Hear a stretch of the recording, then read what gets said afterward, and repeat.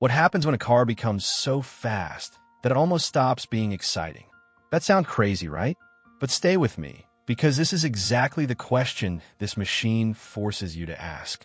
Before we go any further, smash that like button and subscribe to the Next Gear channel, because what you are about to experience is not just a car review. It is a reality check for the entire performance world.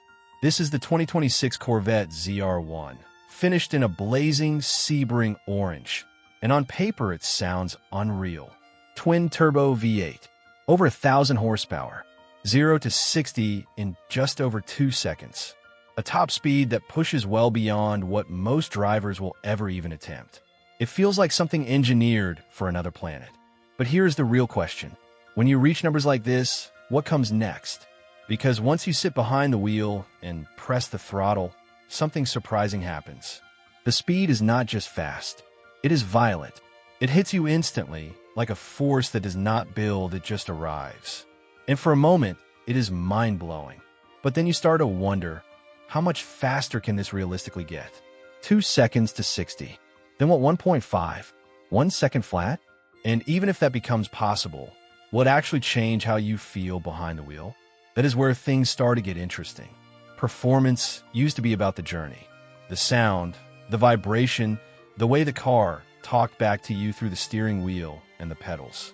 Now, we are chasing numbers so extreme that the human experience is struggling to keep up. And yes, electric performance changed everything. Instant torque, multiple motors, hypercar-level acceleration available in silence.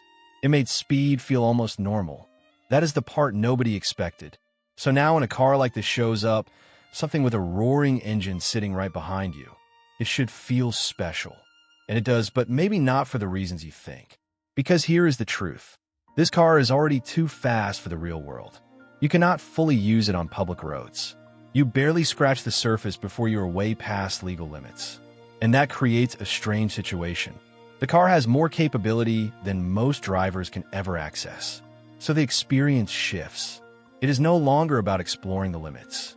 It becomes about managing them. And that leads to another question. Are we building cars for numbers or for people? Think about it. Some of the most memorable driving experiences did not come from the fastest cars. They came from machines that demanded your attention. Cars that made you work for every bit of speed. Cars that rewarded skill, not just bravery.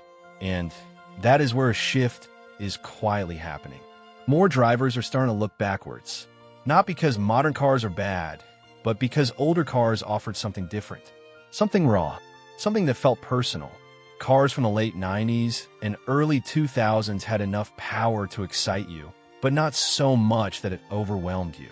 You felt connected. You felt in control. You felt alive. Now compare that to launching this ZR1. You line it up. You activate launch control. You brace yourself. And then it hits. Instantly. No build-up. No warning. Just pure acceleration that feels almost unreal. It is impressive. It is addictive. But after a few runs, you start asking yourself something you never thought you would ask. Is this too much? Because speed without engagement can lose its meaning. And when everything becomes easy, even extreme performance starts to feel familiar. Then there is the reality factor. With this level of performance, mistakes become costly. Not just financially, but physically. These cars demand respect. They are not forgiving. And on public roads, the margin for error is incredibly small. Even the legal side cannot be ignored. Speeds like this can put you in serious trouble instantly. One push too far, and the consequences are real. So where does that leave the future? Do manufacturers keep pushing for faster acceleration and higher top speeds? Or do they pivot back towards something more emotional, more engaging, more human? Because the next evolution might not be about going faster. It might be about feeling more. And that is why this car is so important. Not just because of what it can do, but because of what it makes us question. Is the ultimate performance car the fastest one ever built? Or is it the one that makes every single drive unforgettable? Before you go, drop your thoughts in the comments and tell us what matters more to you. And do not forget to like and subscribe to the Next Gear channel, because we are just getting started with conversations like this.